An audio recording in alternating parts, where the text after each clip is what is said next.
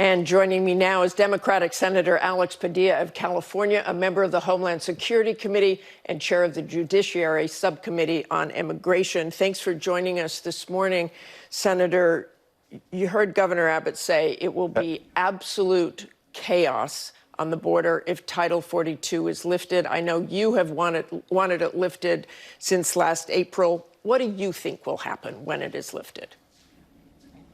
So, good morning, Martha. Happy to be here for this obviously timely and important conversation. Look, the Biden administration has been preparing for months now for Title 42 to be lifted, not just because the courts have dictated that, but as you mentioned in the prior segment, Title 42 is not immigration policy. Title 42 was put in place at the beginning of the COVID-19 pandemic as health policy. Even then I disagreed, but that's what brought Title 42 to bear. We're in a much different place when it comes to COVID today than we were almost 3 years ago. So it's past time for Title 42 to be gone. The administration has made it clear that while Title 42 is technically lifted, they are ready to put in place a system at the border that keeps things fairer, but also more orderly and more safe. So you expect order and safety? Senator, you expect order and safety at the border on Wednesday. Your own Governor, Gavin Newsom, told ABC News that the immigration system will break when Title 42 is lifted. He said your state is not prepared, that sites are already at capacity. So what do you really expect? Look, and what are the preparations that you... Go ahead. Go ahead.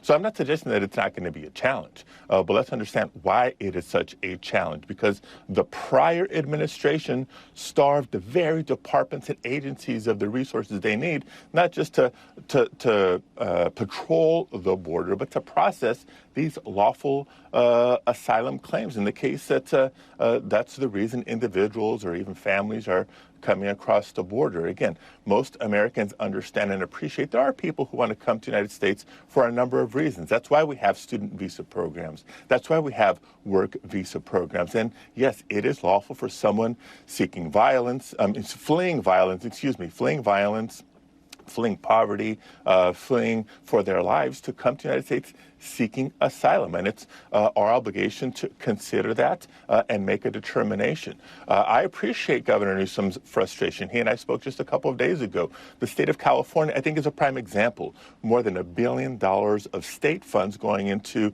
humanitarian assistance for asylum seekers when they come to the United States while they wait for their hearing. Do they deserve maybe some basic food and shelter, a health screening? Absolutely. And frankly, the federal government should be investing more in that humane treatment of asylum seekers. That's what we're talking about.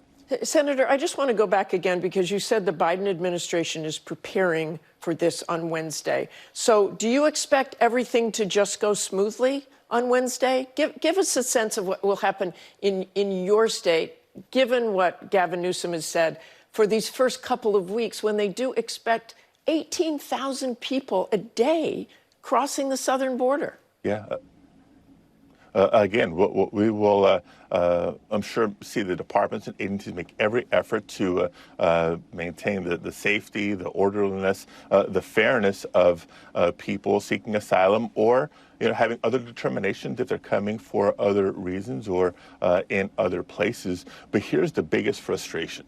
For all the Republican rhetoric about chaos at the border, open borders, et cetera, number one, they have yet to come forward with a plan of how to better handle the scenario. Number two, they have not been willing to commit the additional resources that the departments and agencies say that they need to handle this big influx. To go to the border, have these political stunts, whether it's a press conference at the border, flying over on a Black Hawk, but offer no meaningful solutions is totally irresponsible.